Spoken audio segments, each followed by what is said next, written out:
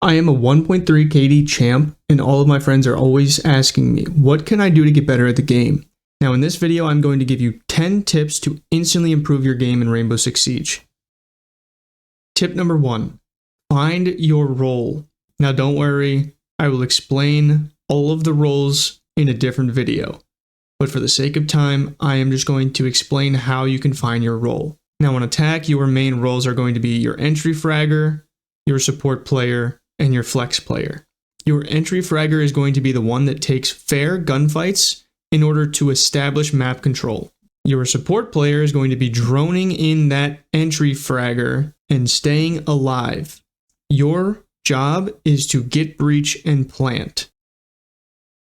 Flex operator is just going to fill in whatever your team needs. Say you're solo queuing and all of your teammates are going Ash or Buck or Sledge and nobody's on that hard breach. Maybe you need to go to that hard breach.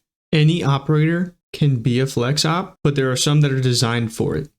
Anybody who has the secondary hard breach charge. Your first role might not be to hard breach. However, if your hard breach dies, you can then get the wall. Some of the design flex operators are like Nomad, Gridlock, some flank watches in there. You can do multiple things. The roles on defense, you have your anchor, you have your roamers, and again, you're going to have your flex operators. The anchors, these are going to be your docks and your rooks that sit sight and wait for the enemy team to come to you.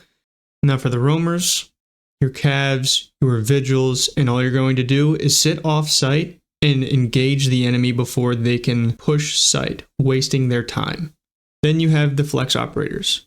You know, maybe your team needs that bandit. You need to start playing bandit. Maybe they need some kind of a trap operator. The flex is just you play a bunch of different roles and you fill in whatever your team needs for the certain occasion. Now, how to find your role is quite simple. If you've been playing this game for 2 years and you've just been going Ash and you have a 0.6 KD, you know, maybe Ash is not for you.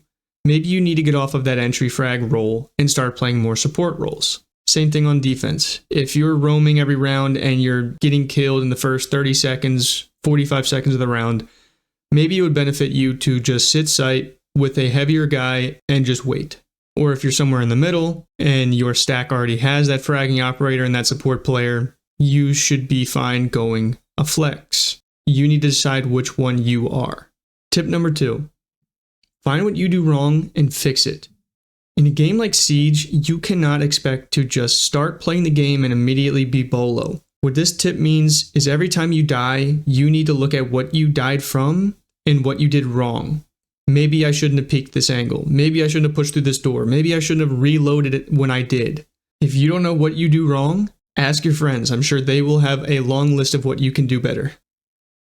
Tip number 3, play good operators. Don't just play a bunch of frag operators on a single team. This is going to be for you and your stack. Also, in those roles, there are good operators and there are bad operators. Siege has 73 different operators, including the recruits. Not all of them are going to be a good pick for a specific role. Don't be that guy that just goes Blackbeard every round. He's not good.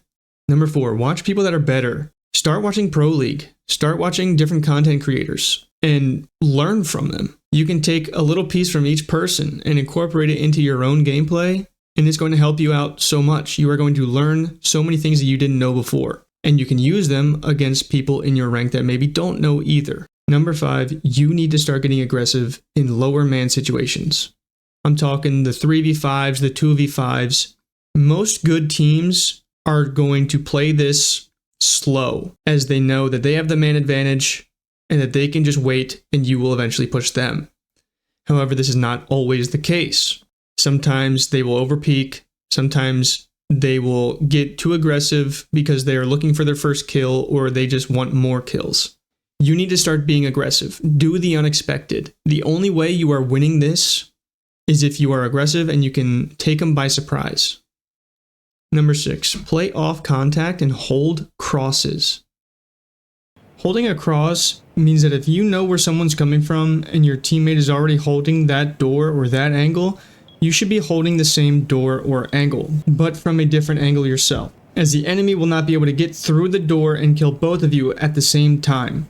If you were to draw a line from the end of your gun and your teammate's gun to where you are both aiming at, those lines should intersect each other on the door, which brings us to playing off contact. In those 2v1 situations, when you and your teammate are holding a cross, one teammate should be a little bit to the side of the other. And as soon as you hear your teammate start to take a gunfight with the enemy, you should be swinging your side. It will overwhelm the enemy and guarantee a win. As you can see in this clip, me and my friend were holding this rotate. He's watching it from games, and I'm watching it from kids. The enemy is an addict. We know this, and we know that he has to push us in order to kill us and win the round. As soon as he peeks one of us, the other swings.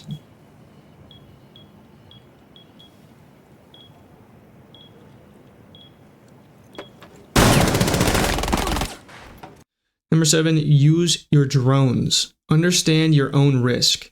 Don't just walk in to a room and hope that nobody is there. You need to drone that guy out. You need to drone that capcan on that door out.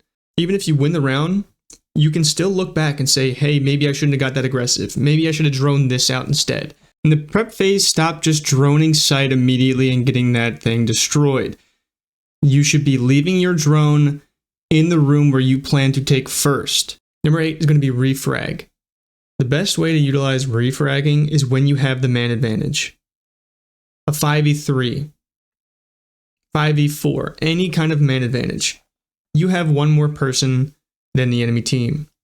This means you should be stacking up with one player on your team and pushing with them.